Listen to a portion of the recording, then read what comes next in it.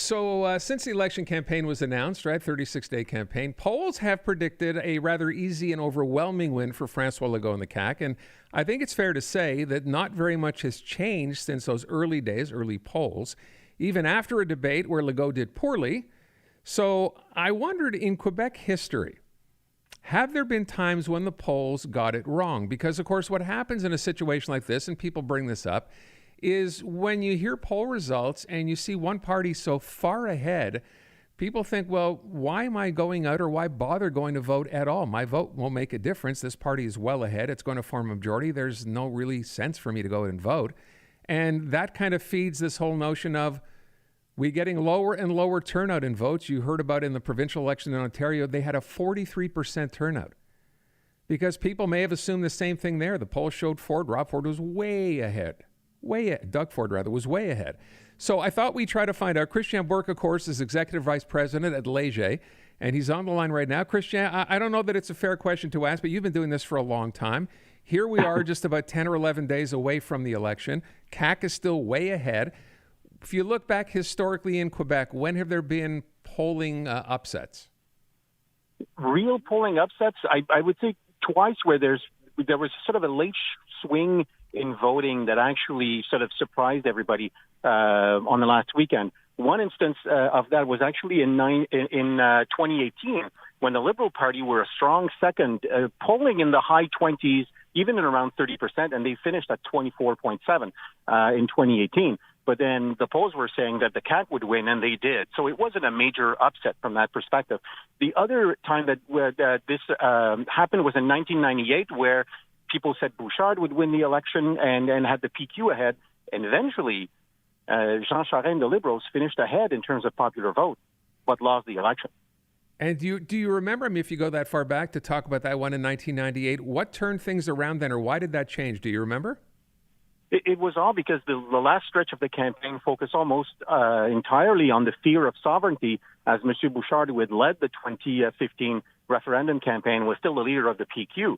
And that sort of swung things around to a point where it's the famous Bourassa sort of ballot box bonus that the Liberals always had at the last minute, where some Federalist voters would come back into the fold.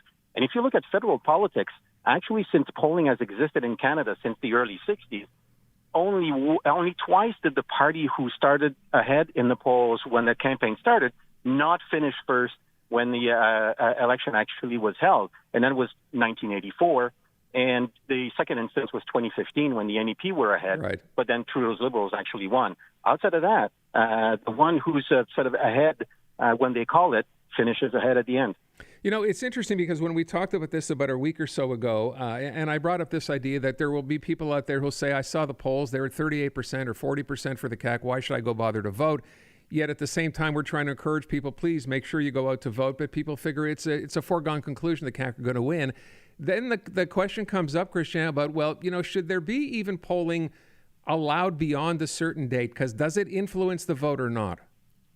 Well, there's not a lot of scientific evidence to show that it does have a significant impact on the vote itself. It does have an impact on media coverage of the campaign, sort of, which in turn has an impact potentially.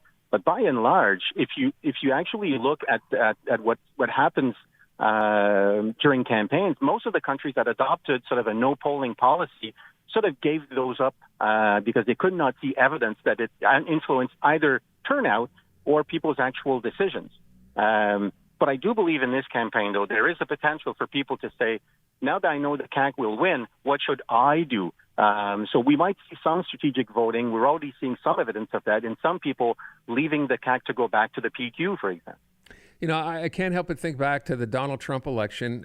We were looking at polling. It's one of my favorite sort of notes ever, suggesting, because they thought Hillary Clinton was going to win according to the polls, that the chance of, Donald Trump winning that election was the same as a field goal kicker in the NFL missing a 28-yard field goal. Well, we all know how that turned out. But what also happened back then was people, because the polling suggested that she would win, and we began to find out that a lot of people who were polled, who were Trump supporters, simply lied to pollsters because they didn't want to tell them they were going to vote for Trump. And people thought, well, wait, has polling changed from that perspective where people are just too wise to this kind of stuff and telling pollsters what they want to hear? Yeah, it's what we call the shy Trumper. back in 2016. Actually, back then, most of the polls were conducted via the telephone, where an interviewer would ask you questions, and some people were tempted to hide their true preference. In most of the polls that were done in the Quebec election this time around, either you're talking to an automated machine on the phone, or like us, we're doing it through the internet. So there's nobody to please on the other end of the computer. So we believe that it sort of does away with sort of a form of social desirability.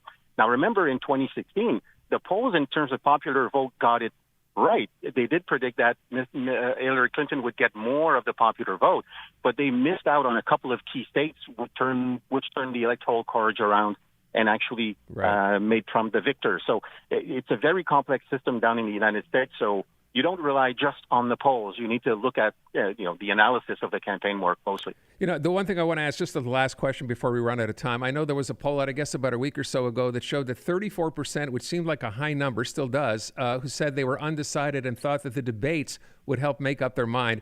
And I kind of smile now a week later because it doesn't seem the numbers are a whole lot different at all. Do you actually think debates change the way people vote?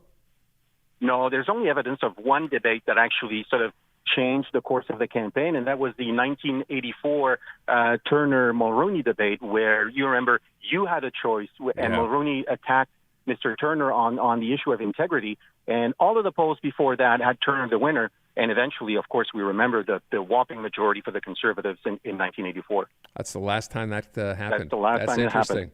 Christian, I thank you as always. Always appreciate your time and insight. Thanks so much. Hey, my pleasure. Anytime.